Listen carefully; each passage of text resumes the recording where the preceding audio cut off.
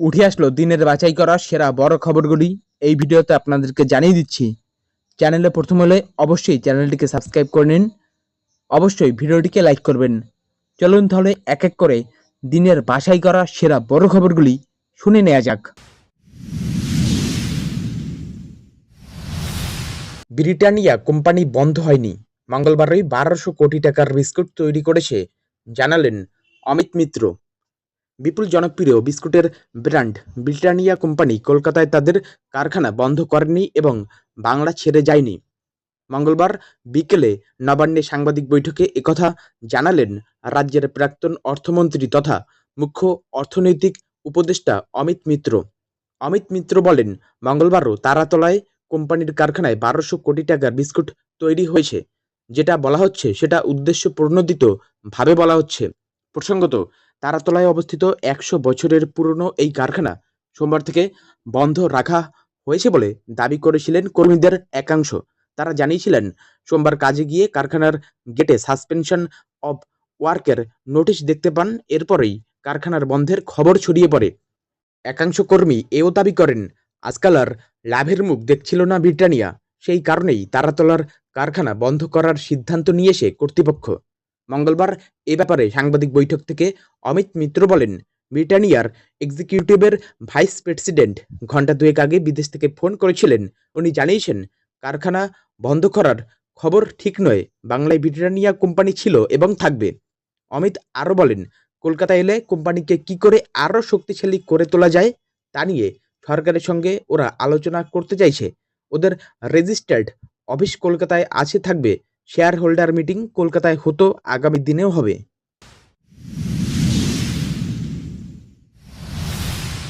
সৌমিত্রর বিরুদ্ধে গ্রেপ্তারি পরোয়ানা জারি, এবার হাজিরা এড়ালে কড়া পদক্ষেপের নির্দেশ। বিষ্ণুপুরের বিজেপি সাংসদ সৌমিত্র খাঁর বিরুদ্ধে গ্রেপ্তারি পরোয়ানা জারি করল আদালত। এর আগে একাধিক তলব করেও হাজিরা দেননি সৌমিত্র। আর এবার হাজিরা এড়ালে কড়া পদক্ষেপের নির্দেশ দিয়েছে বিধাননগর এমএলএ এমপি আদালতের বিচারক। সূত্রের খবর, 2023 সালে সোনামুখী থানা এলাকায় একটি অশান্তির ঘটনায় সৌমিত্রের বিরুদ্ধে হিংসা ছড়ানো, মারধর, শ্লীলতাহানি সহ একাধিক ধারায় মামলা দায়ের হয়েছিল। সেই মামলায় সৌমিত্রকে এর আগে 4 বার এমপি এমএলএ কোর্টে হাজিরা দিতে বলা হয়েছিল, কিন্তু প্রতিবারই হাজিরা এড়িয়েছেন সাংসদ। মঙ্গলবার সংশ্লিষ্ট মামলাটি শুনানির জন্য ওঠে। এদিনও তিনি আদালতে উপস্থিত হননি। সৌমিত্রর আইনজীবী জানান, ভোট পরবর্তী হিংসায় আক্রান্তদের উদ্ধারের কাজে ব্যস্ত থাকায় তার মক্কেল হাজিরা দিতে পারছেন না। এদিকে বারবার তলব করেও হাজিরা না দেওয়ায় সৌমিত্রের উপর এদিন ক্ষোভ প্রকাশ করেন আদালত। এরপরই আগামী 9 জুলাই ফের তাকে হাজিরার নির্দেশ দেন বিচারক। আর সেই হাজিরা এড়ালে সৌমিত্রকে গ্রেপ্তারের নির্দেশ দিয়েছে আদালত।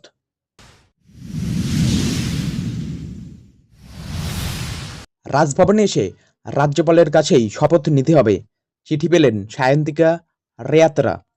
বিধানসভা উপনির্বাচনে জয়ী তৃণমূলের সায়ন্তিকা বন্দ্যোপাধ্যায় এবং রেয়াত হোসেন সরকারকে বিধায়ক পদে শপথ নিতে ফের ডাকল রাজভবন। স্পষ্ট জানানো হলো, রাজভবনে এসে রাজ্যপাল সিবি আনন্দ বোসের কাছেই তাদের শপথ নিতে হবে। পাশাপাশি বিধানসভা স্পিকার বিমান বন্দ্যোপাধ্যায় রাজ্যপালের সমালোচনা করে যে মন্তব্য করেছেন তার কড়া নিন্দা করেছে রাজভবন। সোমবার বিধানসভায় গিয়ে স্পিকারের সঙ্গে দেখা করেছিলেন সায়ন্তিকা বন্দ্যোপাধ্যায়। তারপর তিনি সাফ জানিয়েছিলেন, তিনি বিধানসভাতে স্পিকারের কাছেই শপথ নিতে চান। এর জন্য রাজ্যপালকে চিঠিও দিয়েছেন। কিন্তু মঙ্গলবারই রাজভবনের তরফে পাল্টা জানানো হলো, তাকে রাজভবনে এসেই শপথ নিতে হবে। এই প্রেক্ষিতে ধূপগুড়ির বিধায়ক নির্মল চন্দ্র রায়ের প্রসঙ্গ টানা হয়েছে, যিনি রাজভবনে এসে শপথ নিয়েছিলেন। সায়ন্তিকার বক্তব্য ছিল, আমি যখন বিধানসভার সদস্য তখন স্পিকার যদি আমাকে শপথ বাক্য পাঠ করান তাহলে ভালো হয়। অন্যদিকে রেয়াত বিমান বন্দ্যোপাধ্যায়ের সঙ্গে দেখা করতে চেয়ে জানিয়েছিলেন, রাজভবন থেকে তাকে মেল করে আমন্ত্রণ জানানোর কথা বলা হলেও তিনি মেল মারফত এমন কোনো আমন্ত্রণ পাননি। তবে মঙ্গলবার চিঠি দিয়ে তাদের দুজনকে রাজভবনে ডাকা হয়েছে। বুধবারই তাদের শপথ নেওয়ার কথা।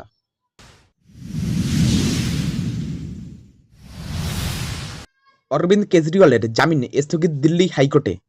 দিল্লির মুখ্যমন্ত্রী অরবিন্দ কেজরিওয়ালের জামিনের নির্দেশে স্থগিতাদেশ দিল হাইকোর্ট। গত 21 জুন বিচারাধীন রাউস অ্যাভিনিউ আদালত আবগারি দুর্নীতি মামলায় জামিন মঞ্জুর করেছিল কেজরিওয়ালের। তাকে চ্যালেঞ্জ জানিয়ে দিল্লি হাইকোর্টের দ্বারস্থ হয় ইডি। মঙ্গলবার সেই মামলার শুনানি শেষে দিল্লি হাইকোর্টের বিচারপতি সুধীর কুমারের অবসরকালীন বেঞ্চ স্থগিতাদেশ দেয়।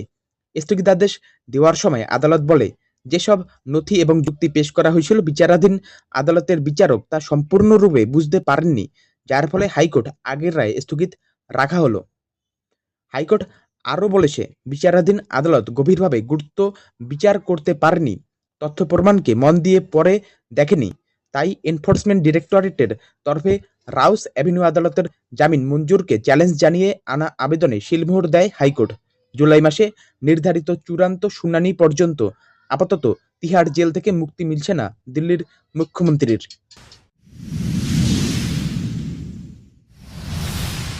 নিট পরীক্ষার প্রশ্ন ফাঁস করে ৩০০ কোটি কামানোর ধান্দা ছিল গোপন ক্যামেরায় কবুল মাফিয়ার। নিট ইউজিসি ২০২৪ পরীক্ষার প্রশ্ন ফাঁস করে ৩০০ কোটি টাকা রোজগারের ধান্দা ছিল দেশের বিভিন্ন পরীক্ষার প্রশ্ন ফাঁস মাফিয়া চক্রের এক পান্ডা খোদ নিজের মুখে স্টিং অপারেশনে একথা জানিয়েছেন।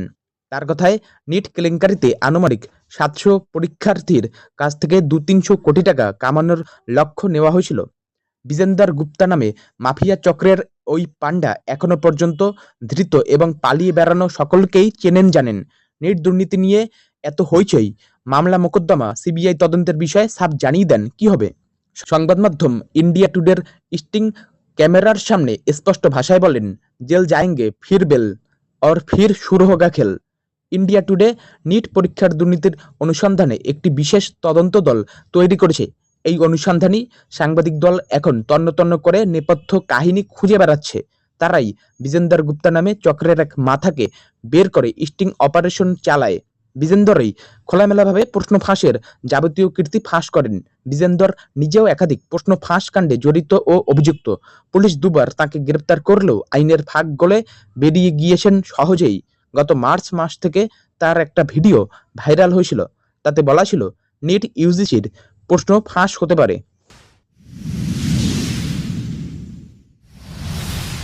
ওম বিড়লা বনাম কে সুরেশ, ৩ দশক পর লোকসভার স্পিকার পদে লড়াই শাসক বিরোধী জোটে।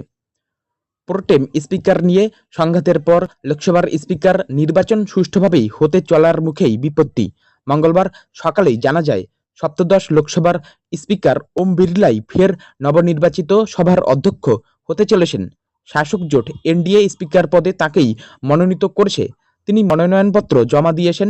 বিরোধীরা ইন্ডিয়া জোট স্পিকার পদে প্রতিদ্বন্দ্বিতা করছে না, ফলে বিনা প্রতিদ্বন্দ্বিতায় ওম বিড়লার জয় প্রায় নিশ্চিত হয়ে ওঠে।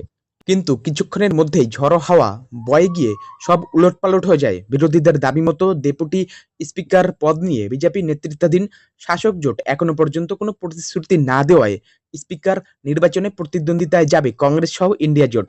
কংগ্রেসের প্রবীণ সাংসদ কে সুরেশ দেরি না করে স্পিকার পদে মনোনয়ন জমা দিয়েছেন। গত ৩ দশকের মধ্যে এই প্রথম স্পিকার পদে ভোটাভুটির সাক্ষী হতে চলেছে লোকসভা। এই ঘটনার কিছুক্ষণ আগেই দলের নেতা কেসি বেণুগোপাল জানিয়ে দেন যে ডেপুটি স্পিকার পদ বিরোধীদের দেওয়া নিয়ে টালবাহানা করছে বিজেপি, ফলে বিরোধীরাও স্পিকার পদে প্রতিদ্বন্দ্বিতা করবে। এ বিষয়ে আভাস দিয়ে কংগ্রেস নেতা রাহুল গান্ধীও সকালেই বলেছিলেন, লোকসভার স্পিকার নির্বাচনে আমরা আপত্তি জানাবো না, কিন্তু ডেপুটি স্পিকার পদটি বিরোধীদের দিতে হবে। সে ব্যাপারে শাসক জোটের ওজোর আপত্তি মানা হবে না। উল্লেখ্য, স্পিকার পদের নির্বাচন হবে বুধবার অর্থাৎ ২৬ জুন।